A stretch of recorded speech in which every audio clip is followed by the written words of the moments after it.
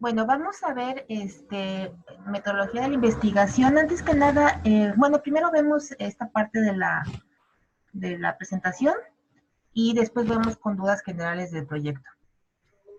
Ok, Entonces, vamos a ver un poquito de metodología. Yo creo que ya lo han visto sobre método científico y algo deben de tener como muy, como muy visto por todos lados, ¿no? Entonces, vamos a hacer un repaso así como muy rápido de lo que es método científico, metodología científica y tipos de estudio. Entonces, lo primero es que cuando queremos saber algo, cualquier cosa, hay una parte que es bien importante que ustedes no hagan, que es el conocimiento vulgar. O sea, ¿qué quiere decir? Así como, ay, no, pues mi comadre me dijo que esto sirve para esto, ¿no? Y ya después te das cuenta de que pues, no tiene nada que ver. O incluso, por ejemplo, cuando dicen, pues es que yo he visto que funciona. Eso no es método científico. Aunque sea médico y dice, pues a mí me ha funcionado, no.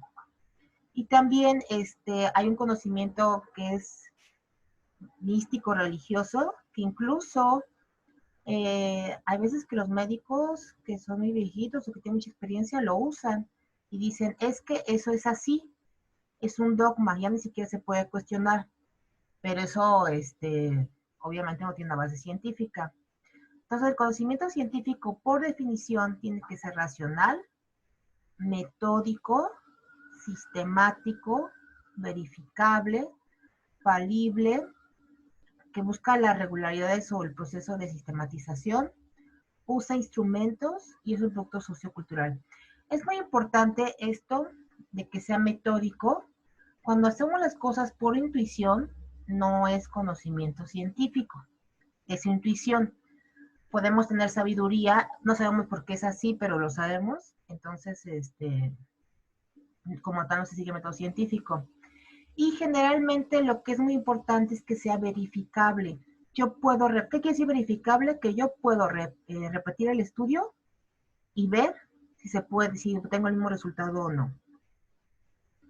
Y generalmente, vamos a tener que es producto de la investigación científica. El conocimiento científico tiene una parte que es nivel teórico y nivel práctico. Cuando nosotros hacemos estudios básicas, así de la molécula tal sirve en la célula tal, eso es casi ciencia pura, que es investigación básica. Cuando hacemos estudios de ensayos clínicos, es investigación aplicada. Y generalmente esto es lo que se ve mucho más en medicina, en las ciencias básicas, en toda la parte que ya llevaron, van a ver un poquito esto, y las adapta a las teorías científicas y tecnológicas cuando hacemos investigación tecnológica para fines concretos. Por ejemplo, la telemedicina, el cómo funciona para dar consulta ahorita que no pueden acercarse los médicos con los pacientes, los estudios que salgan de eso es investigación tecnológica. Ahora, hay una diferencia entre investigación científica y método científico. La investigación es un conjunto de fases en la búsqueda de una respuesta a una situación problemática. La investigación siempre sale de un problema, algo que yo quiero resolver. Y cómo resolver el problema es el método científico. Entonces, yo siempre tengo que tomarlo en cuenta para saber que cuando hago investigación científica, es como buscar la respuesta y la metodología científica es tener el cómo puede resolver ese problema. Entonces ya hablamos de que tiene que ser comprobable. Puede ser también que trascienda a situaciones o cosas particulares. Utiliza una serie de instrumentos metodológicos, eso es muy importante. Y finalmente se registra y expresa en un informe. En este caso, su informe son los artículos.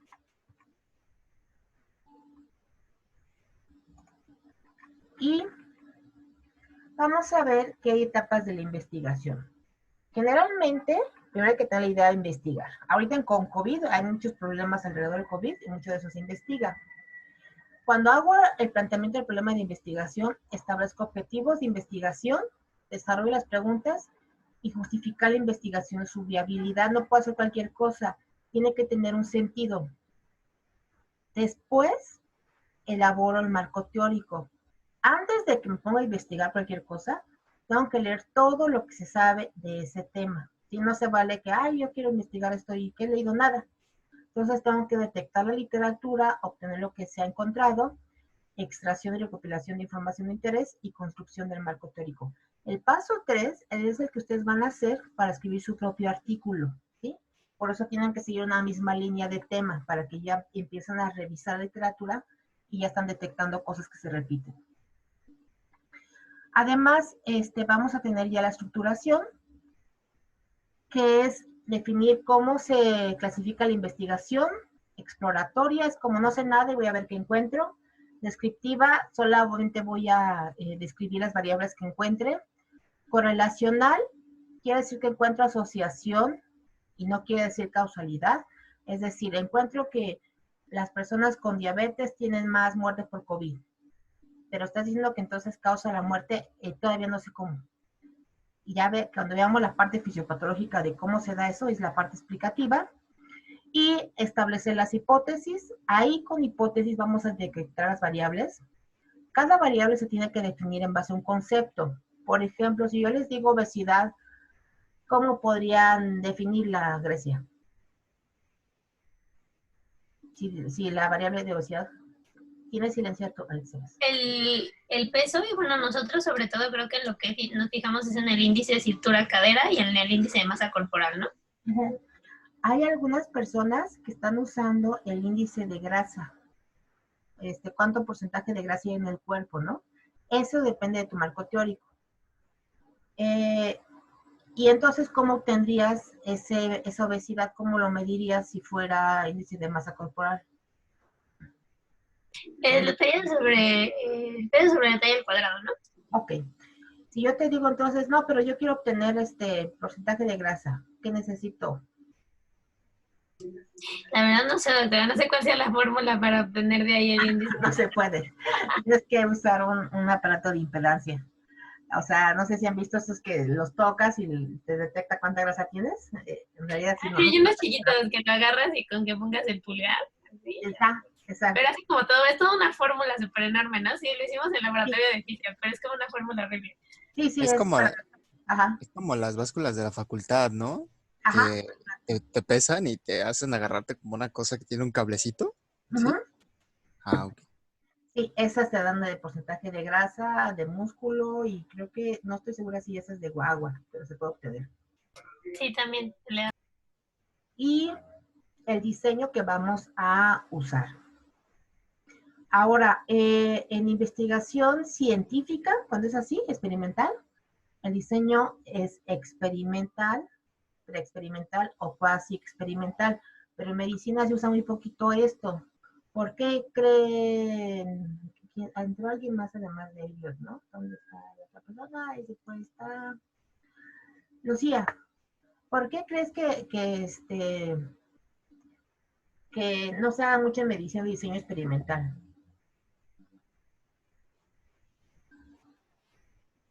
Ay, no tenemos a Lucía. Bueno, luego le voy a poner la pregunta en el chat. Sí, yo, porque hay demasiada burocracia, doctora. Como todo tendría que ser en especímenes vivos, hasta si es animales, humanos, lo que sea, muchísima burocracia involucrada. Bueno, pero ¿qué es lo que veíamos la otra vez? ¿Será burocracia o...?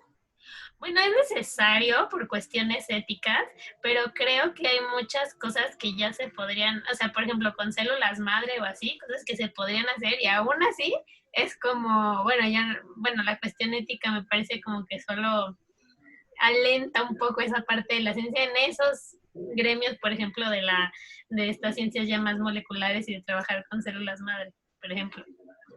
Bueno, ese fíjate que es un motivo de seminario incluso. Si se podría o no trabajar con células madre y por qué no se trabaja aún, ¿no? Entonces, sí es interesante. Pero justo, exacto, bueno, una parte de lo que se actora ahí son los dilemas éticos. Si haces un experimento, quiere decir que a uno le vas a dar algo y al otro no. y quiere decir que el otro pues no va a tener ningún beneficio y va a sufrir por la ciencia casi casi. Entonces eso es el problema de los humanos. Muy bien. Ahora, en las etapas de la investigación, selección de la muestra, ahorita vamos a ver bien importante la diferencia entre muestra y población. Recolección de los datos. Cuando no hay, se puede hacer, por ejemplo, lo de masa y peso, ya tenemos el instrumento, la formulita, ¿no? O el instrumento para medir, ya lo tenemos. Pero si no hay un instrumento que mida actitudes hacia uso de células madre en pacientes humanos para fines de experimentación, pues hay que hacer un instrumento que evalúe eso. Y después de que el instrumento ya lo tenemos disponible, tenemos que evaluar qué tan fiable es, qué tan confiable, le creo que está midiendo lo que dicen creer. Vamos a poner un ejemplo. Elliot, ¿cómo medirías el amor? ¿Qué crees que tú que sea el amor? Dopamina. Bueno, para empezar, el amor creo que es como muy, bueno, es algo subjetivo para empezar, porque tiene que ver con la parte de la percepción de las personas. Entonces, digo, en un principio tendríamos que sacar primero la definición operacional para nosotros como investigadores, Exacto. qué sería el amor, y posteriormente, pues no sé, a lo mejor a través de una escala Likert directamente a los participantes. Sí, teníamos que hacer una escala Likert que dijera, pues tenemos, por ejemplo, el amor es vínculo, sexo, amistad, confianza, ¿no? Ok, ¿y cómo vas a medir eso? Pues el sexo lo voy a medir, la relación sexual y la sexualidad por número de relaciones al mes. La confianza es por una escala de cuánto confío en él. La amistad en base a en qué coincidimos, cómo congeniamos, no sé. Y haces como 80 preguntas, ¿no? Y luego te dicen, no, pues tu amor mide 40 y el máximo es 100. Dices, tú no estoy enamorada. Pues el instrumento dice que no, aunque tú dices que sí. Y esa es la dificultad. Un estudio, la ideal es que si tú dices que estás enamorada, el estudio diga que estás con 100 puntos. Pero si tú dices que estás enamorada y el estudio sale con 20, pues a lo mejor es una relación tóxica. Algo así. Se refiere a qué tanto le crees. Codificar los datos y crear un archivo que tenga los datos. Aquí vamos a ir con el paso 3, en el paso 9, perdón, es que es seleccionar las pruebas estadísticas. Esto es muy importante y lo vamos a hacer después, incluso vamos a hacer el análisis, que es en base a las variables, las pruebas estadísticas siempre son en base a las variables. ¿Qué prueba voy a utilizar? Hago el análisis y presento los resultados. Entonces, ¿qué debo de saber del estudio? ¿Es conveniente si yo evalúo una investigación? Digo, sí me vale la pena hacerlo. ¿Para qué sirve? Pues sirve para detectar que los de pelo pelirrojo en África, que son nada más 3 personas, tienen un gen que da mayor sensibilidad al sol. Pero nada más hay 3. ¿Te va a servir que hagas todo ese estudio en África para 3 personas? A lo mejor no, tengo que cambiarlo a otro país, tengo que irme a Irlanda. La relevancia social, las implicaciones prácticas. Si yo, por ejemplo, les hago una encuesta de amor, pues a lo mejor no me sirve de nada. Pero si yo hice una encuesta de violencia de pareja, entonces dices, eso sí me sirve, ¿no? Porque es un problema que hay que resolver. Esos valores los voy a poder generalizar a otra población, a otro estudio, y puedo crear un nuevo instrumento para recolectar o analizar datos, ayudará a definir conceptos o variables, sabré más de cómo funciona algo. Entonces, el marco teórico que en los artículos se ve como la introducción, siempre les dice qué teorías siguen, qué estudios hay y cómo se relaciona la teoría con el problema que yo tengo. Entonces van a ver que esto incluye los conceptos operacionales, cómo voy a medir lo que digo que estoy midiendo, y esos conocimientos, cómo los puedo integrar en lo que se sabe sin haber evidencia. Por ejemplo, los que estudian la obesidad y el COVID, dan por hecho que el proceso de inflamación está ocasionando un mayor efecto vascular y que eso causa mayor neumonía, pero eso en realidad todavía no está probado. Ese es el supuesto metateórico, que quiere decir un conocimiento más amplio. Entonces, hay una pregunta que siempre me hago inicial, una fase exploratoria, donde hago, ahora sí que lecturas, entrevistas a los expertos, en base a eso planteo mi problema, aclaro exactamente el problema, que es el objetivo de la investigación, y baso mi marco teórico en eso. Y eso hace que yo con un modelo de análisis, se puede hacer un modelo de análisis donde yo digo, la obesidad, flechita, causa inflamación, flechita, que bajo la infección de coronavirus, flechita, causa dilatación de endotelio. Ahora vamos a tratar un poquito de esto. Los tipos de diseño de investigación experimental se clasifican en experimental, ¿sí? Que es lo que les decía aquí un poquito, y no experimental. Y esto se pueden clasificar, porque hay muchísimas clasificaciones, en transversales. ¿Qué quiere decir? Que evalúo solo una vez. Si yo hago un estudio de seguimiento, siempre es longitudinal. Seguramente ya les suena porque esto se ve como 5 veces en preparatoria, secundaria y todo el tiempo. Entonces, se centra en analizar el nivel o estado de una o diferentes variables en un único punto del tiempo. Y en esto vamos a estudiar cómo evoluciona o cambia una o más variables en el tiempo. El preexperimental generalmente se hace solamente con la comparación de grupos y solo se analiza una sola variable.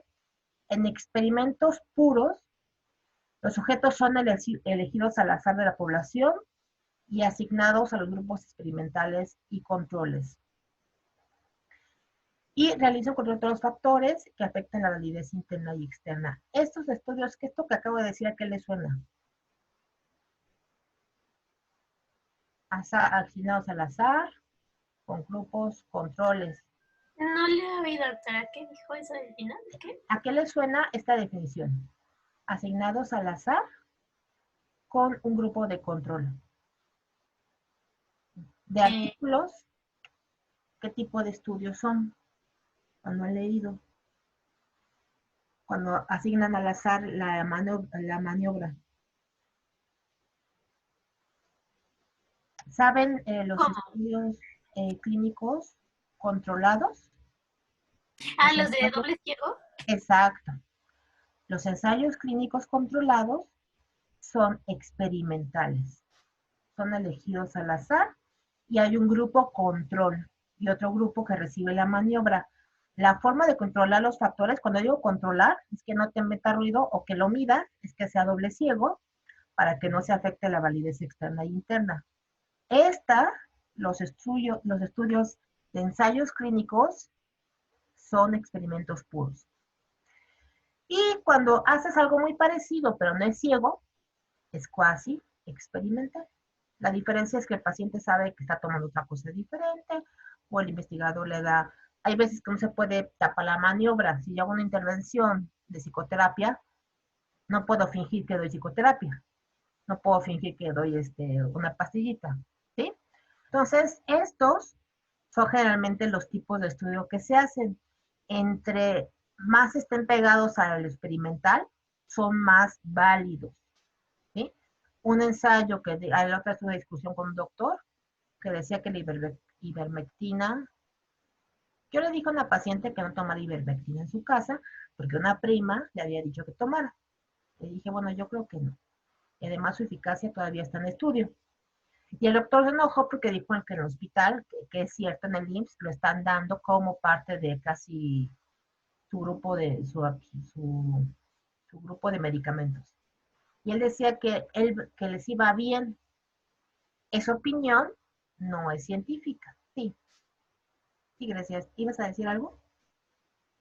No, entonces nada más era eso. Entonces, su opinión era científica, era únicamente, no era científica, era como su opinión, bueno, más bien era la opinión de los médicos, pero no hay ningún ensayo clínico que diga que la ivermectina sirve para algo. Mentira, Entonces, doctora. Tenía yo una pregunta. sí, O sea, los que son más puros en esta parte de que son aleatorios, digamos que gustan más o son más acercados a lo científico por esto de que son aleatorios o porque son más comprobables matemáticamente. Porque son aleatorios. En realidad es porque son aleatorios y porque son cegados. Esas dos cosas son lo que los acerca más al científico y es lo que los hace más válidos. Cuando en un estudio así sale que sí sirve, es muy probable que sí sirva. ¿Sí? Entonces, una cosa importante son justo los datos, cómo recolecto los datos. Cuando tengo dos enfoques, uno que es cuantitativo, que es medir, esto se usa mucho en medicina, y un enfoque cualitativo, que es describir el fenómeno y se usa más en ciencias sociales. Por ejemplo, si yo quiero saber percepción del amor, a lo mejor tomo un enfoque cualitativo donde yo hago entrevistas, hago sesiones de profundidad, análisis del discurso. Esto se usa también para ver, por ejemplo, la percepción del médico, qué es lo que piensa el médico. Y tenemos el enfoque cuantitativo, siempre implica tener un número, una variable que medimos. Yo puedo medir con un instrumento, este instrumento lo vamos a ver, tiene que tener validez y confiabilidad. Y se hace la aplicación, codificación y preparación para el análisis. Entonces, el instrumento de medición tiene que tener la variable a medir, la definición operacional, qué muestra se va a utilizar, con qué recursos voy a tener. Y esto es importante porque cuando yo digo, en México tiene un país con mucha obesidad, eso quiere decir que yo medí a todo México, a todo México, todos los que están ahora mismo vivos. Eso, a no ser que se haga un censo, es muy difícil. Entonces, generalmente lo que yo tomo es una muestra. Una muestra es que selecciono de los individuos de mi población a ciertos individuos y la selección puede ser aleatoria o no aleatoria. Aleatoria quiere decir que yo no los elegí por algo, sino que fue el azar. Y no aleatoria es que yo los elegí porque me convenían, o porque quería contar un cierto número, o porque eran los que podía elegir, ¿sí? O es que los que se dejaron y aceptaron, casi casi. Entre la muestra sea más aleatoria y yo no lo haya seleccionado, es más creíble, porque si no, yo puedo inconscientemente seleccionar a la gente que me conviene. Por ejemplo, voy a evaluar obesidad y escojo a puras personas con obesidad leve. Y todos los que tienen obesidad grave, esos, digo, no van a ser bien malitos y yo quiero demostrar que la obesidad puede ser estar sano. Ven que también hay una parte donde dicen que la obesidad, pues, llega un momento que puede estar bien. Y entonces yo, por alguna razón, no meto a las poblaciones con más comorbilidad y ya metí un sesgo. ¿Qué quiere decir un sesgo? Un error sistemático, un error que yo estoy haciendo y que si lo sigo haciendo, mi estudio no tiene validez. En los artículos hay que detectar los sesgos en la selección. En el momento en que te dicen no fue aleatoria, ya hay un sesgo, ¿sí? Ya fue porque estaban en China, porque por ejemplo, todos los pacientes que llegan al hospital no son los mismos que se mueren en su casa. Por alguna razón, sí les dio tiempo de llegar, mayor dinero, cultura, lo que quieran. Ya hay un sesgo de selección. A lo mejor no vemos a los más graves porque no alcanzan a llegar al hospital. Entonces, siempre, para fines prácticos, como es imposible medir casi toda la población, todos los estudios son muestras. La muestra aleatoria, que forzosamente tiene que utilizarse un mecanismo de selección, que puede ser unos aleatorios u otro, para que todos tengan la misma probabilidad de estar en el estudio. Ya que tenemos esto y resolvimos esto, objetivos, pregunta de investigación, justificación, la viabilidad que implica, ¿qué es lo que nos falta? Y este es el por qué se vale hacerlo. Y después vamos a limitar el problema, relación entre variables, formular una pregunta y tratar un problema medible observable. Bien importante, no podemos evaluar o analizar con fines cuantitativos algo que no se pueda medir o observar. ¿Sí? Por eso si no es medible o observable y es más bien como descriptivo, usamos cualitativos. Que de Entonces, todas maneras se terminan haciendo esfuerzos por hacerlo cuantitativo, ¿no? Porque, o sea, si no compruebas matemáticamente, no te aceptan el artículo. en medicina sí, pero en ciencias sociales no. En ciencias sociales pueden decir, no, o sea, sí, puedes hacer un análisis y hacer una descripción y dicen, sí te entiendo, sí, sí lo veo, ¿no? Pero en medicina, justo como tenemos menos acercamiento con lo cualitativo, le damos menos valor, que es un error, porque es igual de valioso. Entonces, vamos a hacer de un artículo de investigación, cualquiera que tengan a la mano, me van a decir cuáles son los objetivos de esta investigación,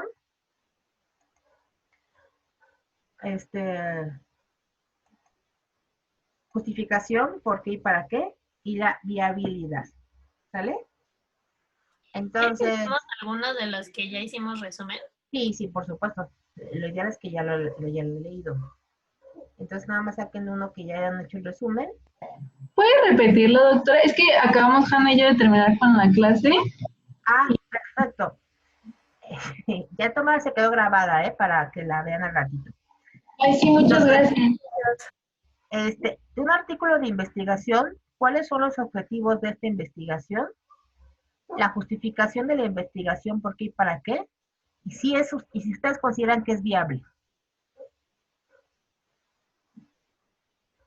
¿Eso es ahorita o se lo mandamos? Ok. Por eso les decía que fuera un artículo.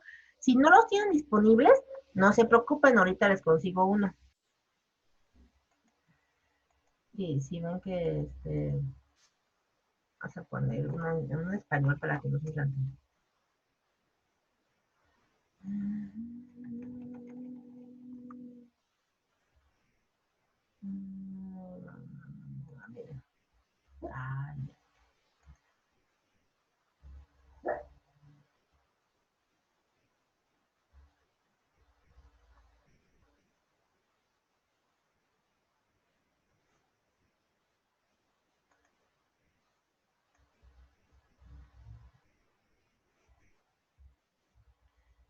Va a ser bien sencillo porque aparte ya viene. Entonces, bien rápido. Ya lo ven, ¿verdad? Es de la OPS. Entonces, si no pueden hablar por cualquier cosa, eso lo pueden escribir.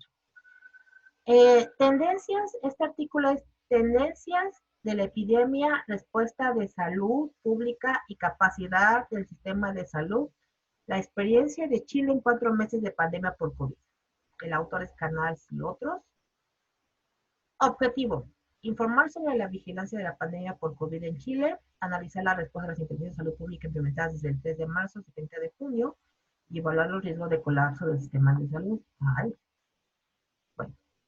Se analizó el número reproductivo efectivo, el subregistro de casos, la carga sobre las camas de cuidados intensivos disponibles, la tasa de letalidad y el número de pruebas diagnósticas de PCR efectuadas para SARS-CoV.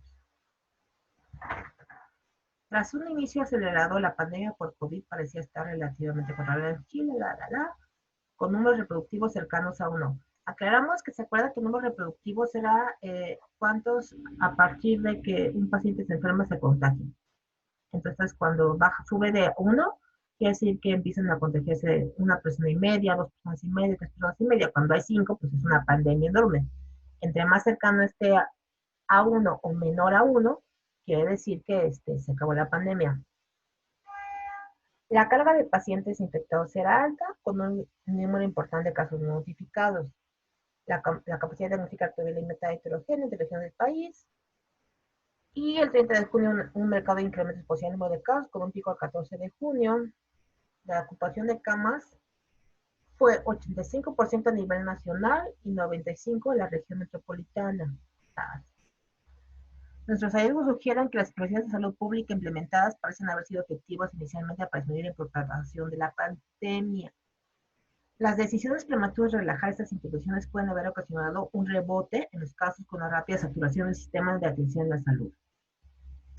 Daniel, así con este resumencito, vamos a regresar a nuestras preguntas. Fíjense que es interesante. Me lo muevo tantito para poder verlo.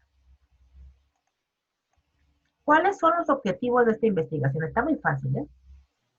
Los objetivos son saber si las medidas que tomó el país fueron adecuadas, ¿no?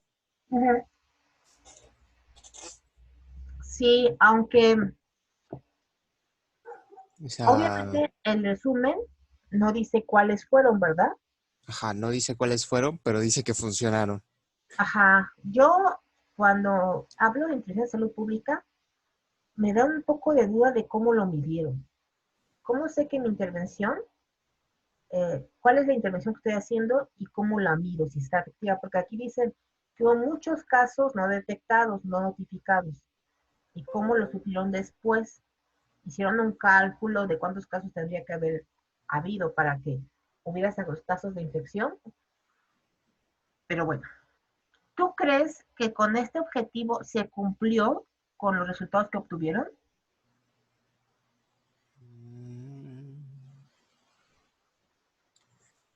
Pues técnicamente sí, pero hay mucha información como que está en el aire. Por ejemplo, capacidad diagnóstica todavía limitada, casos no notificados. Ahí hay cosas que se pueden ir con falsos positivos, falsos negativos y todas esas cosas. Pero si su objetivo era decir si funcionaron o no, pues te dice que funcionaron. Que sea verdad, bueno, ya es otra cosa. Pero fíjense, dice que funcionaron, pero vean esta tasa de, De ocupación de cama, sí. no me digan que funcionó. Aquí, ¿cuándo es la tasa de ocupación? ¿En cuánto estamos hoy? Pues por ahí andamos igual, ¿no? O por 60, No, 70. no, ya estaríamos en la loquera. No sé, Fíjense que en el DF es el 40%. Y a Órale. nivel nacional se va por ahí, el estado más alto me parece que ahorita Monterrey con el 60. Llegaron Tijuana a estar en 70 u 80%. Nunca a 95. 95 quiere decir que para fines prácticos no hay camas. No hay manera de que entres a un hospital aunque te estés muriendo. Es cuando empezaron a votar a los viejitos en España. En España les pasó que se saturaron y no entraban ningún viejito, así literal era la indicación. Más de 80 no entra a terapia, porque se va a ocupar la cama y estamos para los jóvenes. O 70 años, una cosa grave, ¿no? Aquí no ha pasado en México. Ustedes llevan a cualquier viejito y lo aceptan. Y en el Distrito Federal estaba alrededor del 30-40% de camas. Para tener esto, quiere decir que el sistema ya te colapsó. Imagínate que nada más quedan 5 camas en la Ciudad de México, haya 100 de terapia intensiva y solo 5 disponibles y no sabes en qué hospital. Entonces, fíjense que dicen, no, pues fueron iniciales, pero luego quitamos el confinamiento, tuvimos este pico y casi nos morimos otra vez, ¿no? Eh, este objetivo es muy grande porque habla de evaluar riesgos y analizar las respuestas a las intervenciones de salud, entendiendo yo que cuál es si hicieran una investigación, cuál sería la variable causal, la que causa el fenómeno, y entendiendo que el fenómeno secundario sería colapso. Aquí el fenómeno, la variable dependiente es colapso, la variable independiente es intervenciones de salud y la población es los enfermos por COVID, ¿sí? Estamos de acuerdo que incluso aquí lo dice, que no evaluaron a todos porque no se puede evaluar a toda la población, pues tomaron la muestra que tenían positivos y negativos y con los datos de hospitalización. Entonces, esta palabra de riesgo, luego vamos a ver en investigación, es muy, muy aventado decirlo. ¿Qué riesgo tienen ustedes de tener obesidad en 20 años? Bueno, pues así. Evalúo los riesgos del colapso. ¿Cómo voy a evaluarlos? Tomo en cuenta el número de camas, número de profesionales, tomo el número de muertes producidas por no recibir atención de otros padecimientos. ¿Cómo mido eso si no llegaron? Entonces, la idea es que cuando ustedes hagan el, el análisis del artículo, vayan pensando esto, no le crean así de, ay, qué padre, no, o sea, eh, eso está muy ambicioso. A ver, estamos con, ya había, Ana, de este artículo, eh, uso de tecnologías en lugar de atención para el manejo de la pandemia por COVID en Colombia. Del objetivo, tú lo ves, claro, ¿qué tipo de estudio crees que sea? Así de lo que tú creas, ¿eh? No, ya sé que entraba un poquito tarde, pero de lo que creas. Estudio observacional. Muy bien, pero sí, yo creo que sí. Aunque ellos pueden proponer un modelo de atención en salud que integra tecnologías que puedan emplearse en lugar de atención. Fíjense cómo el objetivo está medio raro, ¿eh? Proponer un modelo de atención en salud. O sea, que hay que hacer todo el modelo nuevo. Y técnicas de inteligencia artificial. Entonces, como métodos, si es un ¿No se modelo podría hacer como teórico, medio de correlación también? pues hay que ver el método, porque el método nos va a decir si es de correlación. Se usó un modelo teórico en el que 1 millón de personas accedieron a la aplicación móvil Corona App Colombia, que recoge datos personales, signos, síntomas y nexos epidemiológicos compatibles con COVID. Empleando las técnicas de la app, se implicaron técnicas de inteligencia artificial, ciencia de datos en una sala situación virtual. En una sala situación virtual. Quiero entender que con los datos ellos eh, proponen qué pacientes serían atendidos. Aquí no se entiende, ¿eh? Se entiende acá. Los usuarios compatibles con COVID serían priorizados y sometidos a una prueba de diagnóstico rápido para la búsqueda de anticuerpos. El tamizaje de la prueba de diagnóstico rápido que permitiría detectar a las personas cero reactivas, en quienes se llegaría la confirmación diagnóstica con PCR, y los casos con PCR se sometería nuevamente a inteligencia artificial estadística para determinar los focos geográficos de la infección. En estos focos se puede hacer búsqueda activa de contactos, los cambios índice positivos y activar nuevamente la ruta del diagnóstico o la prueba de diagnóstico y PCR. ¿Les parece que sea telemedicina? Bueno, atención. ¿Ustedes que saben de informática creen que sea telemedicina esto? Yo diría que sí. Sí, puede ser. En el apartado de diagnóstico, porque lo que te dicen es que los que tengan síntomas, pues le haces la prueba, ¿no? Y la prueba, ya que confirmas, haces un como mapeo. ¿Pero les parece que es un modelo de atención en salud? Más bien sería un modelo de atención en telemedicina, ¿no? O un modelo de aplicación de telemedicina o algo así. O yo lo pondría más pequeño y sería proponer un modelo de detección de casos por zonas geográficas, por medio de, porque se queda hasta ahí. O sea, propuesta de aplicación tecnológica de detección de casos con, con una app, porque el modelo de atención en salud implica más cosas. Entonces, sí, y luego, ¿cómo lo estamos viendo en resumen? Luego puede ser más complicado. Bueno, entonces,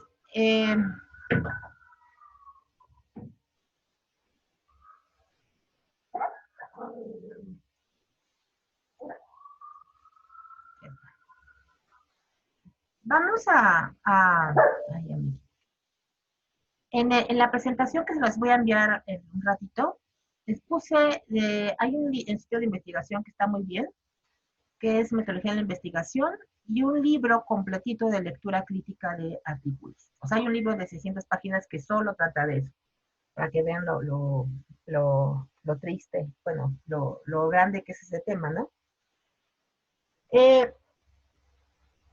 Vamos a hacer un ejercicio rápido. Ya vi que Ana, y yo creo que ya lo vieron un poquito los tipos de estudio. Con lo que vimos, está muy fácil. Elliot, con lo que vimos, así con el puro título, ¿qué tipo de estudios es? Ya no está compartiendo pantalla, doctora, ya no vemos. Ay, perdón, qué buena idea. No, pues si lo saben es que son fabulosos. Así Si de, lo no, sabes, que ya la hackeamos, doctora. sí, ya me voy a preocupar y decir, no, voy a quitar todas las cosas comprometedoras. Ok, ahora sí. Comparación, ya lo dije, bueno, no importa. Comparación de los sistemas de salud de Corea del sur de Italia y las sequías para combatir el COVID. ¿Qué tipo de estudio es, Elliot? Pues para mí sería observacional Ajá, y en primera en una instancia subcategoría, y no sé, bueno, hasta cierto punto a mí me suena cualitativo, porque habla solamente de la comparación. sí, fíjate que tendríamos que ir a esa metodología, ni lo pusieron aquí en el resumen, ¿eh? Vamos a ver cómo hizo una comparación.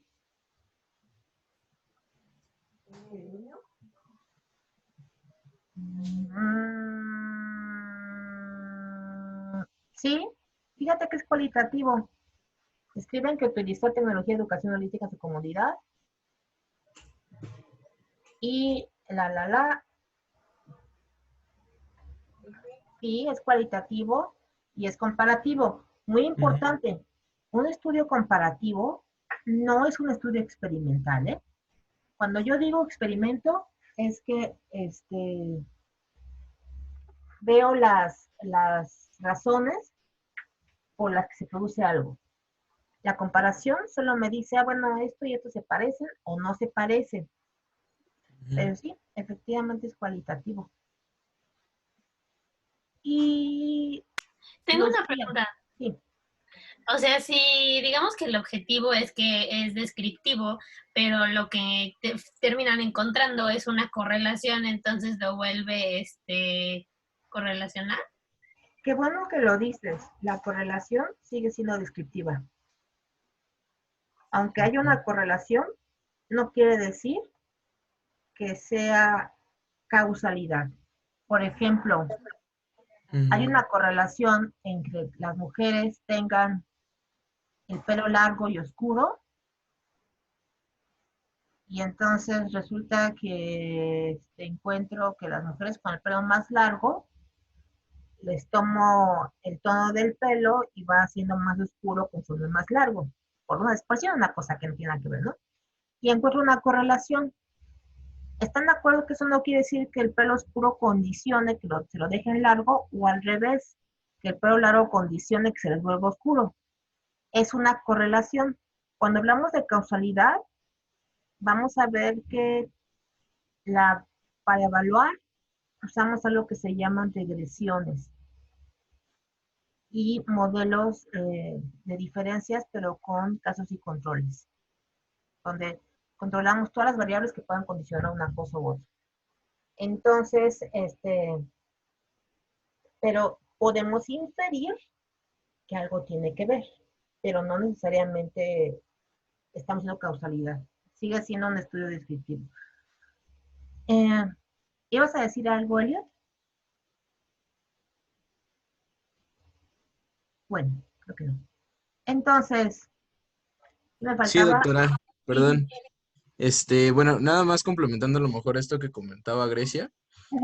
Nosotros, por ejemplo, con la parte de investigación acá en psicología, de pronto sí se ocupa el término de relación espuria o correlación espuria, que sí, implica obviamente esto de que la correlación, pues sí, no tiene como que un origen, por así decirlo, pero por alguna extraña razón no está definido, simplemente se correlacionan en el proceso estadístico. O sea, a nivel matemático sí hay correlación, pero no se sabe como el porqué o el origen, pues solamente se da y se encuentra al azar ese resultado. Exacto. Y eso quiere decir que puedes tener correlación que ni siquiera tenga un marco teórico que lo explique. O sea, dices, no sé por qué está alto, ni siquiera debería, o no sé, fue algo estadístico nada más del azar. Exacto. Me faltaba Lucía. Lucía, este estudio, ¿qué tipo de estudios es?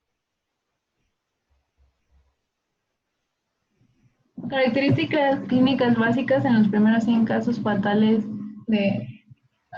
Sí, perdón, doctor. No te preocupes. Ajá, solamente nos está describiendo las características clínicas, ¿no? Sería un estudio observacional. Ajá. Y si es, perdón, si es transversal o hacia atrás, podría ser un estudio de corte. Sí, no sabemos porque aquí no dice. Los primeros 100 casos. Entonces, aunque obviamente no se murieron los primeros 100 el mismo día, quiere decir que se evaluaron solamente cuando se murieron, que se murieron solo una vez, es un estudio de corte.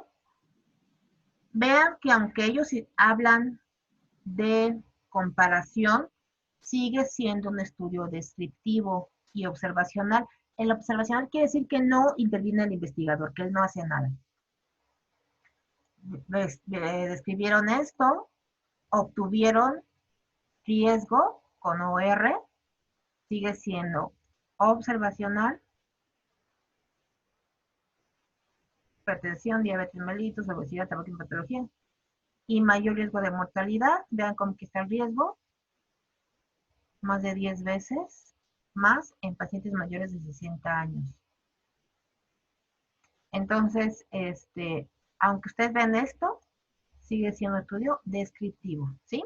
No vamos a ver estadística, pero sí es importante que sepan que esto no quiere decir que sea un ensayo clínico, nada, sino que es descriptivo por cómo analizan los datos. Muy bien. Entonces, Una pregunta, nada más para ver si entendí. O sea, entonces es observacional cuando digamos que el autor nada más como que junta todo lo que hay de algo y te lo presenta en el artículo, como que esto hay, toma. sí. Y descriptivo es, hice esto y esto es lo que encontré, toma. ¿Y ya? Sí, perdón, y justo qué bueno que lo preguntas, porque la clasificación de operacional o de intervención es una clasificación de tipos de estudio. Es decir, en la observacional, el investigador no hace nada, solo ve lo que está alrededor. En la intervención, yo hago una intervención, doy medicamento, doy tratamiento, doy psicoterapia, ¿sí? Y esa sería la Podríamos diferencia. decir que la recopilación de datos son tus datos y en la otra es la recopilación de datos de alguien más. Pero que le hiciste algo a tu paciente o al sujeto.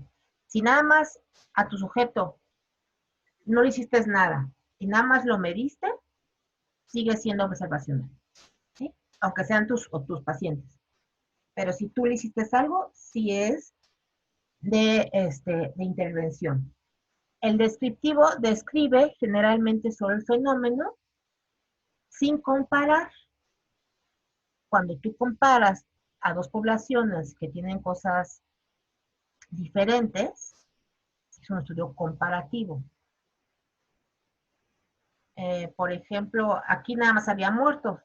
Obviamente lo que compararon fueron factores, variables asociadas. Podría yo pensar que igual al comparar el tipo de variables asociadas a la muerte, quizás fuera comparativo. Pero habría que ver la metodología como lo hicieron. Y por eso tienes factores de riesgo. Muchos piensan que el ser comparativo ya se vuelve experimental. No. Siempre tiene que estar cegado, aleatorizado y controlado. Que yo mira las variables, que yo no sepa quién recibió la intervención y que la asignación de la maniobra fue al azar para que sea experimental. Muy bien. ¿Dudas de algo más? Muy bien. Vamos a suspender la grabación, luego la subo.